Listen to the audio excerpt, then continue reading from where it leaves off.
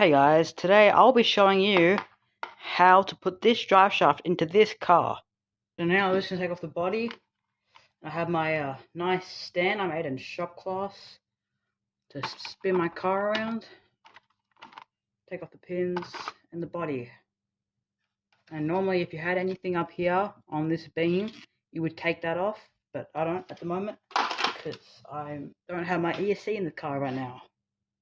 And now we're going to remove our screws from the posts. Not the post, but the little bits here, and then 4 at the back. So you got 4 at the back, 4 at the front.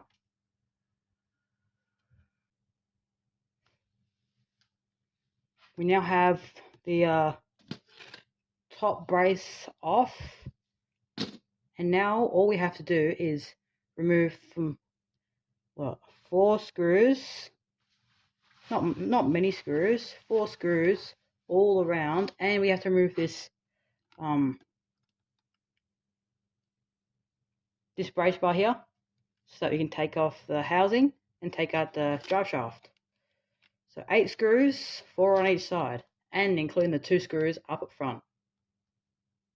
So now, after some easy effort, taking the whole wing off and thing off, we have our bent like crazy drive shaft.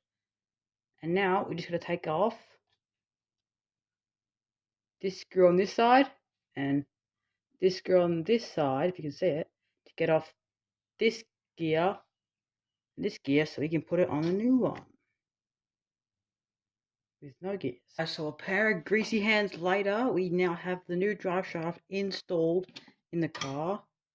You want to see this old scratched drive shaft? I'll pop it in the drill and show you how unbent it is. No, not how unbent it is, how bent it is.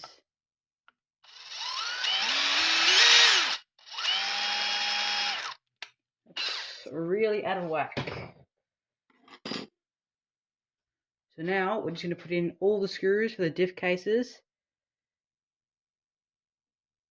All the screws for the diff cases. And this mess.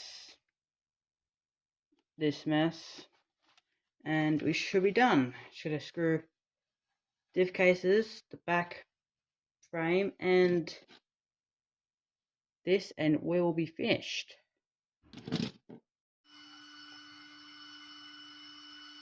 So right now I've got all my parts back in. All my screws, I didn't put the top back on because I'm just testing it at the moment. It runs really nicely.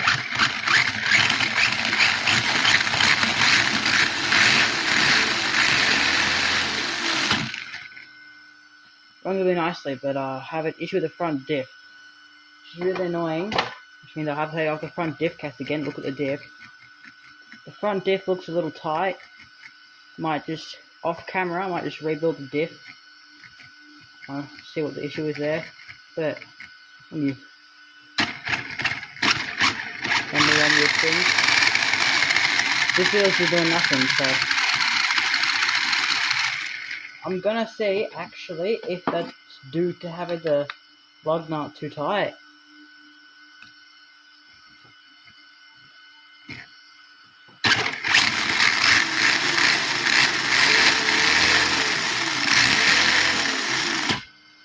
Okay, fix the issue. I don't know, my lug nut's a bit weird because if it's too loose, the wheel just flies off when you floor it. But if it's too tight, it stops the diff. I don't know. But yeah. So I guess tomorrow we'll take it for a test drive. And I'll put this back together so I don't have to open my diff again. Put the ESC back in, charge up the battery completely so then half charge. And yeah, and put the center top back on. And that's this car complete. It's back on now. Got the electronics sit in properly. Switch here. Yeah. Got all my electronics in. Just gonna give a quick start up test.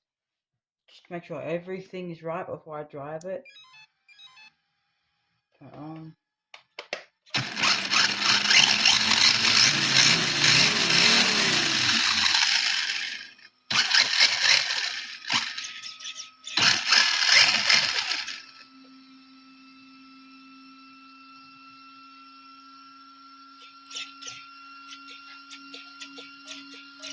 my god. Cannot go to one way. Okay, I gotta figure out my steering. So let's say it was activating hard.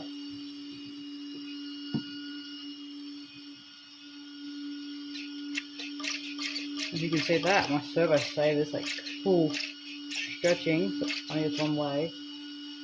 And I wonder why that is.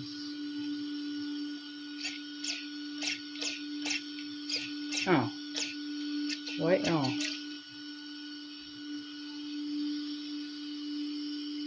Maybe I will turn this around, this plate here, turn that round, and that might work. Okay, I'll try that. So now my car is fixed. We have steering both ways. It's stupid battery.